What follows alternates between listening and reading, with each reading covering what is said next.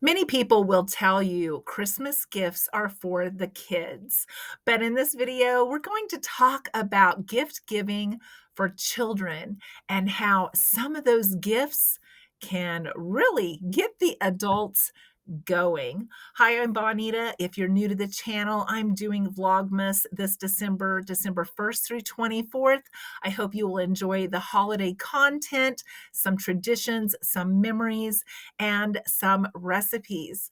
But today we're going to talk about what to get other people's kids for Christmas.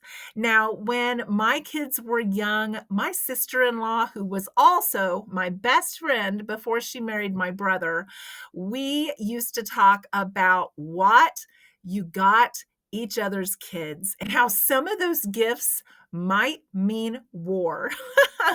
And it was things like Play-Doh. Oh my gosh, if you really wanted to get your friend going, buy their kids Play-Doh.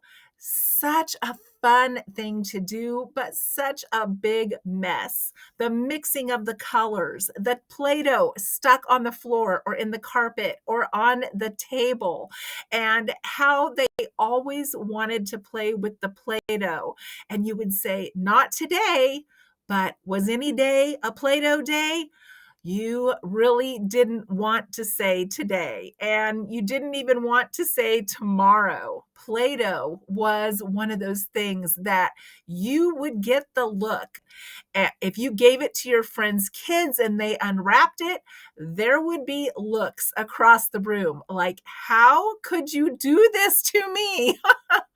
Another thing was noisemakers. Oh my goodness, anything that made noise was off limits. Why would you buy my kid something that makes noise? Oh, you're going to get it now because your kid's going to get Play-Doh on the next birthday or holiday.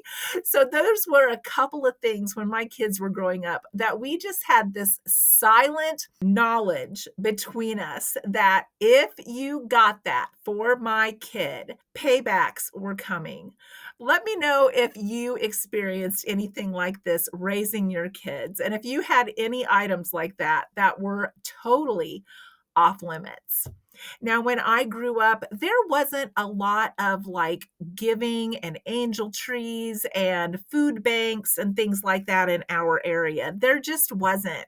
And my parents were Depression era. We didn't have a lot of money, I guess, but I never really was exposed to the worry that went along with that. They kept that hidden from me.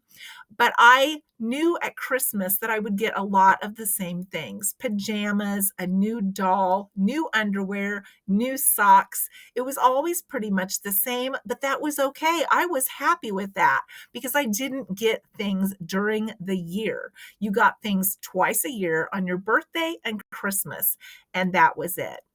Well, we had a couple of kids that lived down the road from us. One of them was in my class, the girl, and the boy was a year older. And their parents and my parents were friends. And they told my parents one year that things were tight. There wasn't going to be any Christmas gifts this year. And that was going to be okay, that their kids knew it. And that's just the way it was going to be. Well, my mom could not bear the thought of a child not having a gift on Christmas morning. And so when she saw them leave one day, she sneaked down to their house. She got inside somehow, I don't know how, and she left two gifts under the tree, one for the boy and one for the girl. And they were just crayons and a color book. But we didn't have a lot of money, and those were very acceptable gifts back then. And a holiday color book with crayons, heck, I would still love to get that. I don't know if anything was ever said about the gifts showing up. I never heard anything from the kids about it, and I never told them. My parents did it.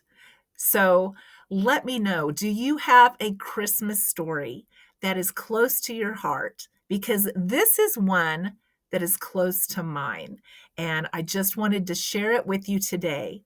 that even if you don't have a lot to give, a little bit of something shows us that it really is the thought that counts. We hear that so often, it's the thought that counts. But I thought this video really did portray that saying. Thanks for listening today. I hope you will join me again tomorrow, and I hope you have a happy holiday.